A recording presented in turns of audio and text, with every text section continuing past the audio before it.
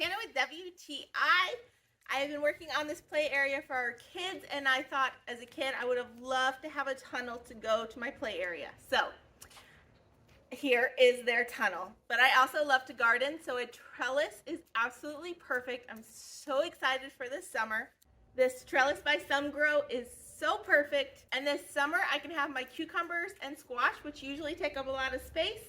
Now they won't take up any space, and they'll be fun. So there is this netting on here, so all of my vines will grow up and over. So excited. It's a win-win, so I'm saving space in my garden, but I'm also making something super fun for my kids. And I think it will be much easier to harvest my squash and cucumbers because they'll all be up instead of having to bend down. So I think every yard should have a little tunnel trellis. It's so fun. I put it together by myself in like 15 minutes. It just pushes down into the ground.